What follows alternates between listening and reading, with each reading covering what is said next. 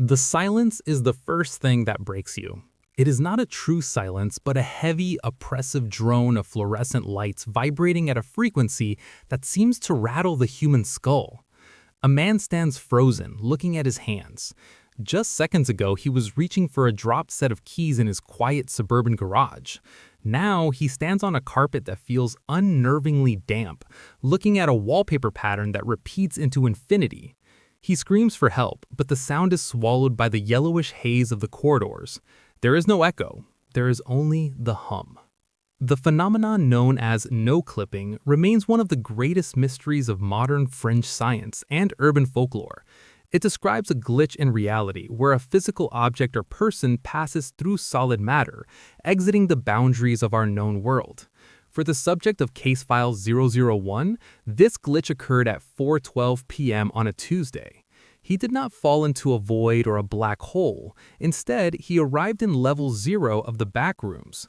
This environment is characterized by several distinct features: the smell of extremely old moist carpet, the monochromatic tint of yellow wallpaper, and the incessant loud hum of fluorescent lights. It is a space that spans approximately 600 million square miles of randomly segmented rooms. There is no entrance, and for most, there is no exit.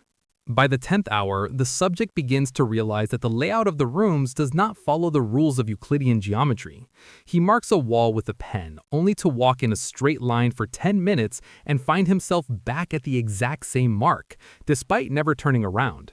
The psychological impact of the environment begins with sensory deprivation. While the lights are bright and the hum is loud, there is a complete lack of biological input. There is no wind, no change in temperature, and no sign of life. At the 24-hour mark, the subject experiences the first stage of visual distortion. The yellow walls begin to appear as if they are breathing. This is a common symptom of prolonged exposure to level 0. The brain, desperate for stimulus, begins to hallucinate movement in the corners of the eyes. Every shadow becomes a potential threat, yet every time the subject turns to face it, there is nothing but the same repetitive wallpaper. By the 80-hour mark, the subject's grip on reality thins. He has stopped trying to find an exit and has started trying to remember the face of his daughter. But the yellow tint of the room seems to wash away his memories. Suddenly, the hum buzz of the lights increases in volume. It becomes a deafening roar. In this moment, the subject reports a shift in the environment. The walls do not move, but the floor beneath him feels less than solid. He encounters a glitch spot, an area where the reality of level 0 is even thinner than usual. He sees a door that was not there moments ago.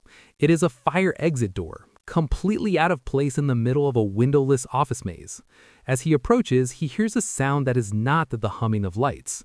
It is the sound of heavy, dragging footsteps coming from the corridor behind him. He does not look back. He knows that in the back rooms, if you hear something, it has certainly already heard you. He lunges for the door, his fingers brushing the cold metal handle. For a split second, the yellow world fades into a blinding white light. The sensation is like falling through ice. The heat of the yellow rooms is replaced by a biting chill. He is no longer walking, he is falling through a digital leg void of static and noise. The subject was found 3 days later, unconscious on the floor of a decommissioned warehouse 500 miles away from his home. He was dehydrated and suffering from severe psychological trauma, but he was alive. Case File 001 remains the most documented instance of a successful return from level 0. However, the subject claims that he never truly left. He states that sometimes when the room is too quiet, he can still hear the faint hum of the fluorescent lights. He stares at the walls of his own home, fearing that at any moment the wallpaper might turn yellow, the carpet might turn damp, and he might slip through the floor once again. The backrooms represent a fear of the familiar made alien. It is the horror of being lost in a space that was meant for people but is entirely devoid of humanity. As we close File 001, the question remains, is our reality as solid as we believe, or are we all just one wrong step away from the yellow halls?